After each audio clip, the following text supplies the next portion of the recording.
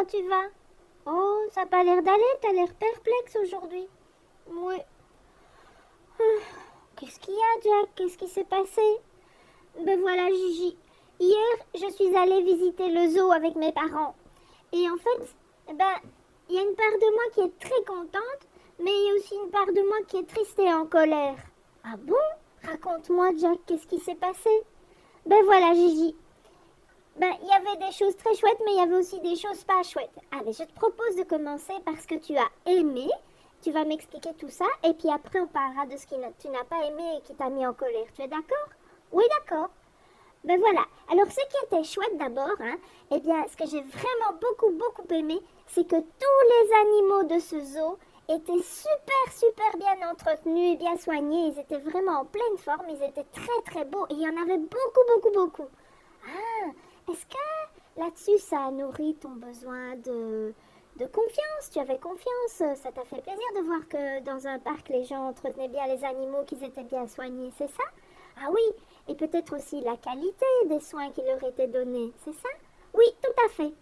Et puis il y en avait beaucoup. Gigi, tu aurais dû voir toute la diversité qu'il y avait là. Et c'était impressionnant. Il y en a plein que j'avais jamais vu, que je ne connaissais pas.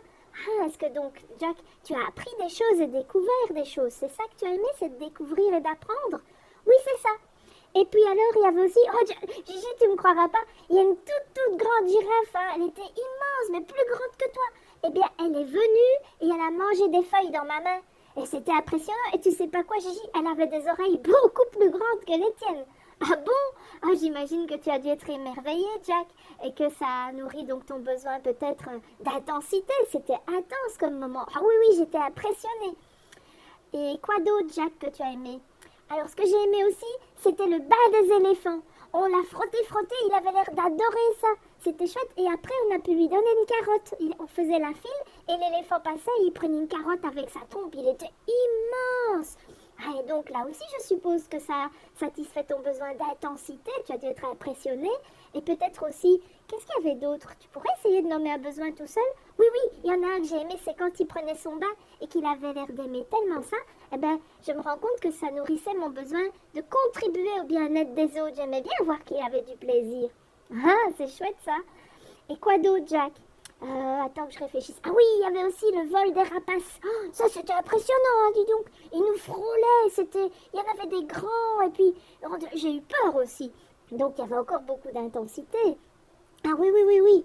Et il y avait plein de petits enfants qui rigolaient, c'était gai. Ah oui, alors il y avait de la bonne humeur alors aussi. Oui. Alors, quoi d'autre? Ben, dans ce que j'ai aimé, je crois que c'est tout. Ah non, il y avait quand même encore un truc, c'est que tout le parc était magnifique. Il y avait des fleurs, il y avait des couleurs.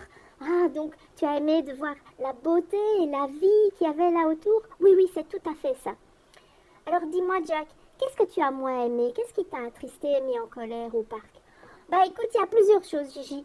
D'abord, après le bal des éléphants, eh bien, il y a un monsieur, je ne sais pas ce qu'il lui a pris, mais il y a quand même des cons, hein. Eh bien, il a dit à l'éléphant, il y avait un éléphant tout seul, et il lui a dit: Hé, Dumbo, viens, Dumbo. Et moi, j'avais envie de lui dire: Hé, connard, viens, connard. Il a rien compris au dessin animé, lui, Dumbo. Il était malheureux quand on se moquait de lui. Oh, Jack, tu devais être triste. Est-ce que tu aurais aimé, peut-être tu aimerais vivre dans un monde où il y a plus de délicatesse envers les êtres vivants qui t'entourent, c'est ça? Oui, tout à fait. C'est pas parce que c'est un éléphant qui ne ressent rien. Moi, je suis sûre qu'il était triste, l'éléphant, que le monsieur se moque de lui. Puis il y a eu un autre truc, Gigi. À un moment donné, on est allé voir un enclos avec des gorilles, le grand enclos avec des gorilles. Ils étaient magnifiques. D'ailleurs, j'ai oublié de te dire, mais dans ce que j'ai bien aimé, c'était tous les sages. Ils sont drôles, Gigi. En plus, ils nous ressemblent tellement. C'était trop rigolo. Mais donc, les gorilles, il y avait un panneau à l'entrée qui disait: attention, les gorilles sont des sages enfin des primates très sensibles parce qu'ils ressemblent très fort à l'homme. Donc, ne les regardez pas dans les yeux et surtout ne cognez pas les vitres. Et alors, il y avait le papa gorille qui était impressionnant, Gigi, t'aurais dû voir ça. Et alors, à un moment donné, il y a une dame, elle voulait le prendre en photo et elle voulait que le gorille tourne la tête vers elle. Alors, elle a cogné la vitre.